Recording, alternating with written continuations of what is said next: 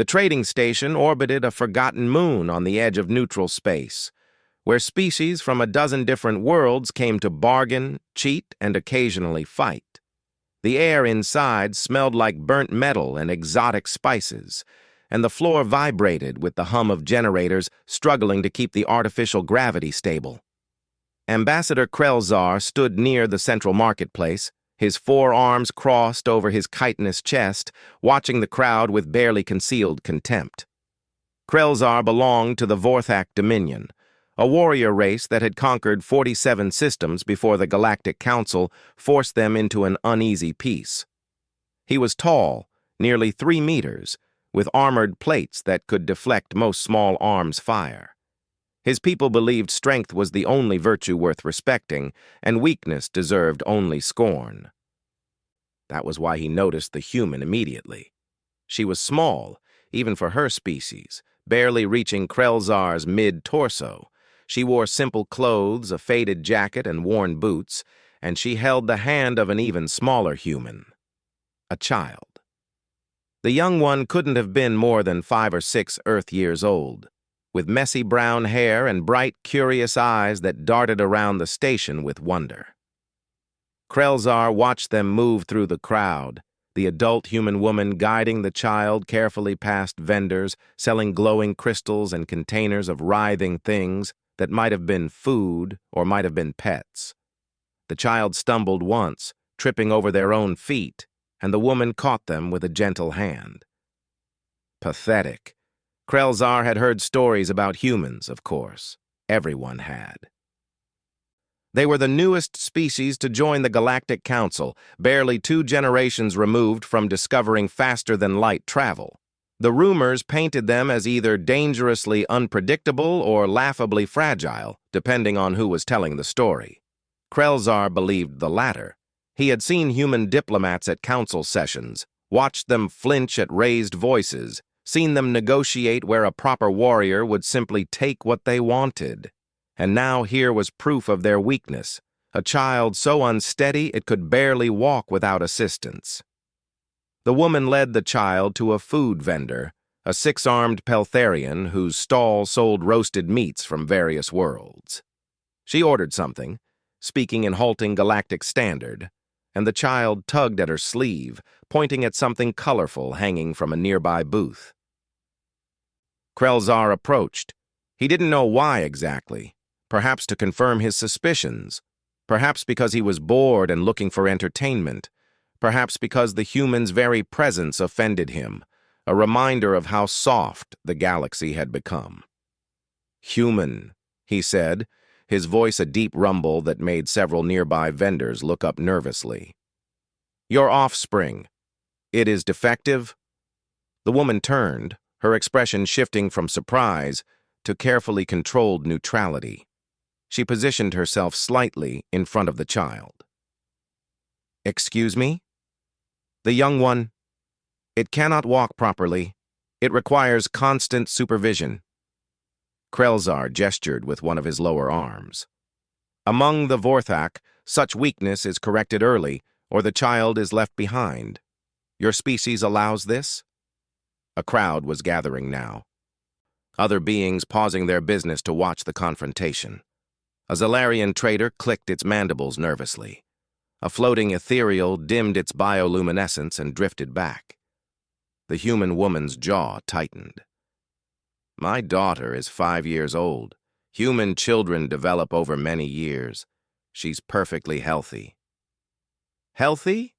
Krelzar laughed, a harsh sound like rocks grinding together. "She can barely stand. How does your species survive when your young are so helpless? One predator, one threat, and she would be dead. Natural selection should have eliminated such—" He didn't finish the sentence.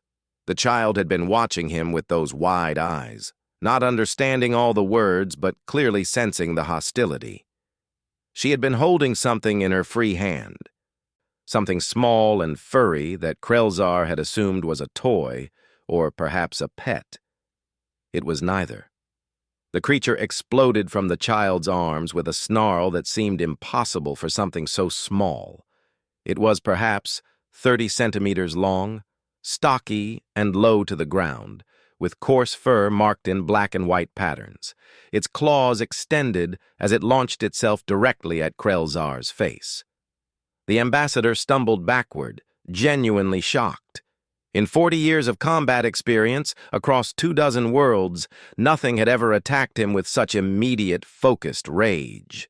The creature latched onto his chest plate, claws scrabbling for purchase, teeth snapping at his throat. "What is this?" Krelzar roared, trying to grab the animal with his upper arms. It twisted away from his grip, impossibly flexible, and bit down hard on his right hand. Pain lanced through him as teeth designed to crush bone punched through his armor's weak points. The human woman sighed, the sound of someone dealing with a familiar problem. "Mr. Chomps, no." The creature ignored her completely. It had wrapped itself around Krelzar's arm now, biting and clawing with mechanical efficiency. The ambassador tried to shake it off, but the animal held on with the grip of a creature that had evolved to fight things 10 times its size and win. "Get it off!" Krelzar swung his arm violently. The creature held firm. A station security officer arrived, a Peltharian with shock batons, but stopped short when he saw what was happening. "Is that a honey badger?" His translator made him sound incredulous. "Why does the human child have a honey badger?" "Service animal," the woman said calmly, though her hand had tightened on her daughter's shoulder. "Registered and everything." "Service?" The security officer stared. "That thing is dismantling a Vorthak ambassador." "Emotional support," the woman clarified. She looked at Krelzar, who had finally managed to pry the honey badger off his arm and was now holding it at length with 2 hands. The creature writhed and snapped, completely undeterred by the fact that it was dangling in the air. "You were threatening my daughter. Mr. Chomps doesn't like that." Krelzar's armor now sported several deep gouges. His right hand was bleeding, a purple-blue ichor leaking from puncture wounds. The honey badger had drawn blood from a Vorthak warrior in under 10 seconds. "This animal is illegal," Krelzar growled, though his voice had lost some of its authority. The creature was still trying to reach him, claws swiping at the air, making a sound like a demon from some ancient mythology. "Actually," a new voice interrupted. A human male approached from the crowd, wearing the insignia of Earth's diplomatic corps. He had the weary look of someone who had explained this many times before. "Earth has special dispensation for service animals. The treaty is quite clear. Would you like me to send you the relevant section?" Krelzar didn't respond immediately. He was still processing what had happened. The creature in his hands weighed perhaps 10 kilograms, maybe less. It was a fraction of his size, without armor or weapons or any of the advantages he possessed. And yet it had attacked without hesitation, without fear, with a ferocity that matched anything he had seen on the battlefield. The human woman stepped forward. "If you put him down gently, he'll stop attacking. Probably." "Probably?" "He's very protective. We rescued him as a kit, and he bonded with Sarah." She nodded toward the child, who was now watching the scene with more fascination than fear. "Everywhere she goes, he goes." Krelzar slowly, carefully, lowered the honey badger to the ground. The moment his hands released, the creature darted back to the child, circling her once, then sitting at her feet like a small, furry guardian. It stared up at Krelzar with black eyes that held absolutely no fear. The ambassador looked at his damaged armor, at his bleeding hand, then at the child and her mother. The human woman met his gaze steadily, no longer deferential, no longer careful. "Human young are vulnerable," she said quietly, just loud enough for him to hear. "That's why we protect them. That's why we teach them about danger. And that's why we're never really alone." She gestured to the honey badger, which was now accepting a treat from the child's hand, crunching it with teeth that had just drawn ambassador blood. "We made friends with the fiercest creatures on our planet. We trained them. We bonded with them. What does that tell you about my species?" Krelzar said nothing. Around them, the crowd was dispersing, vendors returning to their business. But he could feel their attention, could hear the murmurs spreading through the station. A Vorthak ambassador, defeated by an earth creature small enough to fit in a child's backpack. The human diplomat cleared his throat. "Ambassador Krelzar, I'm required to file an incident report. However, if you choose not to press charges regarding the animal's behavior, we can note this as a misunderstanding. Tensions ran high, words were exchanged, the situation resolved itself. It was a way out. A diplomatic escape hatch that would prevent this from becoming an official incident, something that would be recorded in council archives for centuries." Krelzar looked down at the honey badger one more time. The creature had settled beside the child, but its eyes never left the ambassador. Ready. Waiting. "No charges," Krelzar said finally. "I was mistaken about certain things." The human diplomat nodded, already pulling out a data pad to make the necessary notes. The woman gathered her daughter. The honey badger trotting along beside them as they headed toward the food vendor to finally collect their order. Krelzar stood alone in the marketplace, watching them go. His hand throbbed where the teeth had punctured his armor. He would need medical attention, probably regeneration therapy for the deeper wounds. A young Vorthak soldier, part of his security detail, approached cautiously. "Ambassador, are you injured? Should we retaliate?"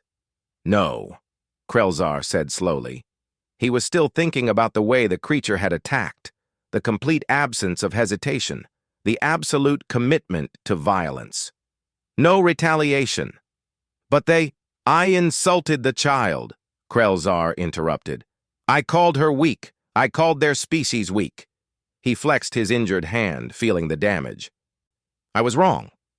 The soldier looked confused, but said nothing more. Krelzar made his way back to his ship, thoughts churning. He had underestimated the humans, assumed their softness was weakness, their protection of the young a sign of cowardice. But a species that raised such small, vulnerable children in a galaxy full of predators, a species that had survived on a death world so dangerous they had befriended creatures like the honey badger as companions and protectors, that was not a weak species. That was a species that understood something the Vorthak had forgotten in their centuries of dominance. Strength wasn't just about armor and weapons and individual power. It was about bonds, about loyalty, about the willingness to face impossible odds to protect what mattered. That little creature had been willing to die fighting him. For a child, without a moment's doubt. Krelzar entered his ship and sealed the airlock behind him, finally allowing himself to acknowledge the full scope of what had happened. His pride was damaged far worse than his hand. Back on the station, the human woman bought her daughter a sweet pastry from the vendor, the honey badger receiving a piece of seasoned meat that it devoured in seconds. The child laughed, hugging her small, fierce companion, completely unaware that she had just taught a warrior race a lesson about true strength. The story would spread through the station by evening, through the sector by week's end, through the council chambers within a month. The humans and their impossible bonds. The species that had convinced Earth's most fearless predator to become a child's guardian. And somewhere in the vast bureaucracy of the Galactic Council, a note would be added to humanity's file, a simple observation that other species would eventually learn the hard way. Never threaten a human child. You never know what they've made friends with.